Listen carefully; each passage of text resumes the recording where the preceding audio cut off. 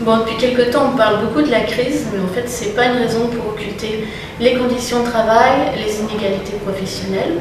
Bien au contraire, et on peut même dire que cet accord sur la qualité du travail et l'égalité professionnelle intervient à un bon moment, c'est-à-dire à un moment où l'organisation du travail influence fortement la motivation des salariés, le bien-être et même leur santé, trois vecteurs qui sont super importants pour la croissance et le développement économique.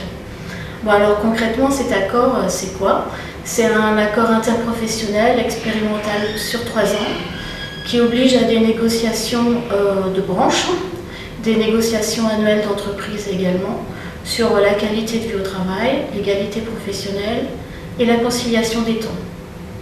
De ces négociations doivent déboucher des accords d'entreprise de 3 ans avec des actions sur des thèmes qui sont vastes. Ça peut être par exemple un thème qui nous est cher, l'expression des salariés sur le travail, c'est-à-dire le contenu de leur travail, comment elle est organisée, ce qui permettrait d'améliorer les relations et le climat de confiance.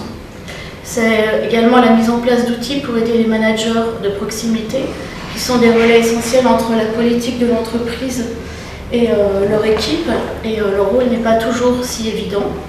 C'est aussi sensibiliser aux stéréotypes de genre, comme par exemple aider les hommes à bénéficier de congés comme le congé parental, sans avoir à subir la pression de la hiérarchie ou de raillerie de collègues.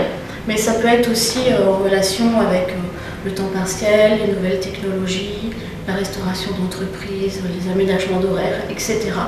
Les thèmes ne sont pas exhaustifs et en fait toute latitude est laissée aux négociateurs.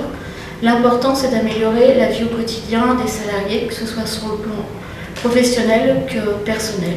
La richesse de l'entreprise, c'est d'abord les salariés.